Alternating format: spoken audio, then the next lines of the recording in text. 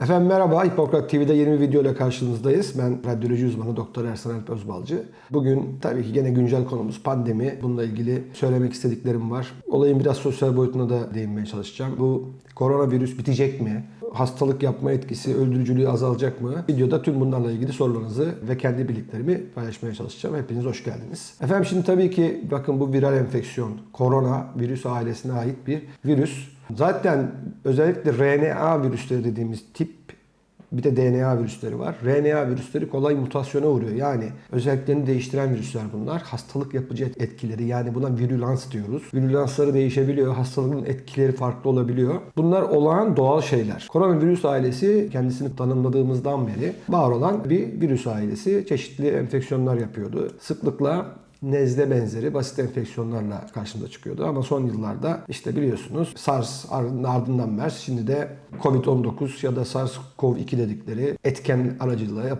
olan bir hastalık söz konusu. Peki efendim bu pandemi bitecek mi? Bu koronavirüs tamamen ortadan kalkacak mı? Aşı süreçleri nasıl? Tedaviler ne alemde?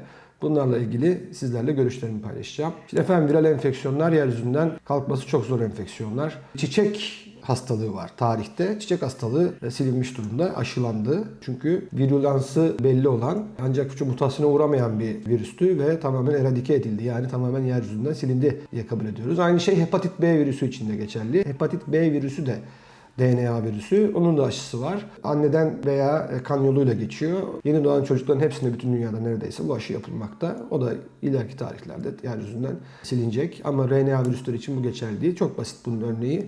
İnfluenza yani normal kış gribi bildiğiniz üzere hiçbir zaman ortadan kalkmıyor ve her yıl yeni aşılar üretiliyor. Her yıl yeni aşılar üretilmesinin sebebi yeni mutasyonlar, yeni suş diyoruz. Yeni tipleri çıktığı için yani değişiklik gösteriyor virüs. Ve yeniden hastalık yapıcı halde oluyor ve gribal bir enfeksiyon meydana getiriyor.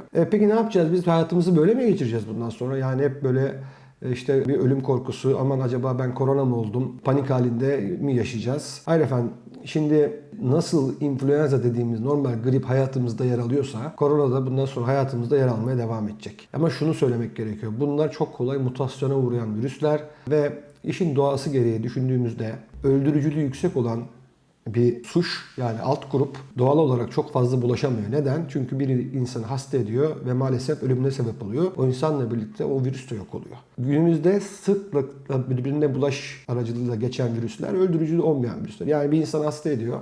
İnsan hastalığı yaşarken hastalığı bulaştırıyor sağa sola ve kendisi hayatını kaybetmiyor. Virüs onda bir süre daha kalıyor. Yine bulaştırıcılık devam ediyor belli bir süre.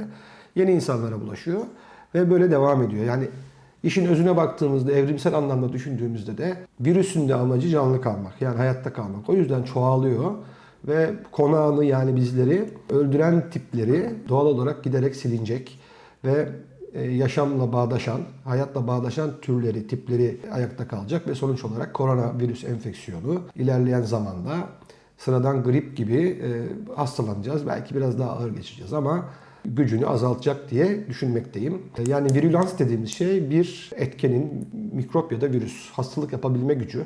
Aslında koronavirüs enfeksiyonun hastalık yapabilme gücü çok yüksek değil. Çünkü hepimiz biliyoruz ki koronavirüsü alıp hastalanmadan ya da çok az belirtileri çok hafif olan hastalık şeklinde geçiren ciddi bir grup var. Zaten bu yüzden bulaşıcılık çok fazla. Koronavirüsün virülansı, hastalık yapabilme gücü çok yüksek olmadığını düşünsek de bulaşma gücü yüksek bir virüs. Peki hayatımıza nasıl devam edeceğiz? Yani işte bu maskeler, işte efendim dezenfektanlar, sosyal mesafeye uyalım. Efendim bunun çok önemli bir sosyal yönü var. Bununla çok karşılaşıyorum. İnsanların gerçekten psikolojileri bozulmaya devam ediyor. Herkes korku içerisinde. Şunu söylemek lazım. Yani bir kere virüsten kaçış yok. Yani bu virüs ortadan tamamen kalkmayacak. Eninde sonunda bir gün virüsle karşılaşacağız büyük ihtimalle.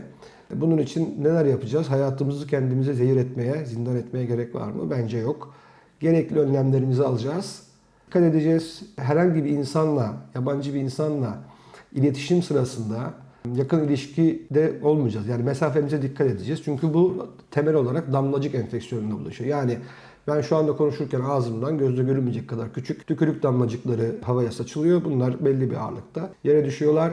Yakın mesafede olursanız benimle uzun süre ve ben hastaysam ve virüs taşıyorsam benimle uzun süre konuşursanız karşılıklı, yani şöyle bir yarım metreden daha yakın bir mesafede bu virüsü kapma ihtimaliniz var. Ama ne yapıyoruz? Maske takıyoruz. Ben tükürüklerim maskeye takılıyor. Siz maske takıyorsunuz. Bu havadaki tükürük damlacıklar maskenize takılıyor. Ama burada çok önemli bir şey var. Maskelerin çok sık değiştirilmesi gerekiyor. Orada bir mikrop yuvası haline gelebiliyor bu maskeler. Bu anlamda hayatımıza devam etmek zorundayız. Yani sonuç olarak biz koronavirüs enfeksiyonuyla birlikte yaşamaya alışacağız. Bu hastalık giderek gücünü, yani öldürücülüğünü azaltacak doğası gereği. Peki efendim, tedavilerde neler yapılıyor? Bu işin en başından beri tedavide ne yapacağımızı çok bilmiyorduk. Hep destek tedavisi uygulandı. Meşhur ilaç hidroksiklorokin denendi. Yanında azitromisin denendi. Bunun sakıncaları görüldü. Protokollerden kalktı. Başka antiviral ajanlar şimdi deneniyor. Temel olarak aslında tam da böyle bu işin tedavisinin ne olduğunu da henüz tıp bilmiyor. Ve çok ciddi anlamda yapılan ilaç çalışmaları var. Tabii ki kanalımızda Sayın Hocamız Profesör Doktor Akçağan Geptiremen'in anlattığı teknik konular, detaylar vardı. Orada anlatılan işte ilaç çalışmaları var, yapılacak, bu şeyler bulunacak diye. Ama biliyoruz ki bunlar uzun zaman alan işler. Bir yandan da aşı çalışmaları var. Birçok aşı şu anda faz 3 aşamasına geldi. Deneme aşamasına geldi. Aşının da teorik olarak tabii ki etkili olacak bir aşı bu. Ama yaklaşık 400 farklı suç var. 400 farklı tip var. Hangi birine karşı aşı üretilecek? Nasıl olacak? Buraları çok belirli değil. Kendi şahsi fikrim, ilerleyen yıllarda koronavirüs enfeksiyonu için geliştirilmiş aşılar influenzalarla birlikte kombine bir şekilde yapılacak ya da ayrı bir aşı olarak her yıl belki koronavirüs aşısı olmak durumunda kalacağız. Kısadan ise şunu söylemek istiyorum efendim. Koronavirüs hayatımızdan çıkmayacak. Pandemi tanımı gereği bütün dünyada enfeksiyon devam edecek. Pandeminin tanımına baktığınız zaman influenza virüs enfeksiyonları da aslında bir pandemik enfeksiyon. Yani bütün dünyada her zaman görülmeye devam ediyor. İnfluenza virüs enfeksiyonlarına bağlı da ölümler oluyor. Ama koronavirüs tüm toplumları, politikacıları, yöneticileri çok korkuttu. İnsanlar da buna bağlı olarak korktular. Biz önlemlerimizi almaya devam edeceğiz. Tıbba güveneceğiz. İyi antiviral ajanlar bulunacağı kanaatindeyim. Tedavi amaçlı. Aşı çalışmalarının sonuç vereceğini düşünüyorum. Ama hayatımızı karartmaya, kendimizi eve kapatmaya, tüm sosyal ilişkilerimizi kesmeye gerek yok. Yapmamız gereken şey maske takmak, insan ilişkilerinde en azından şöyle 1 metre kadar mesafeden konuşmak. Bunlar yeterli olacaktır. Hepinize sağlıklı günler diliyorum.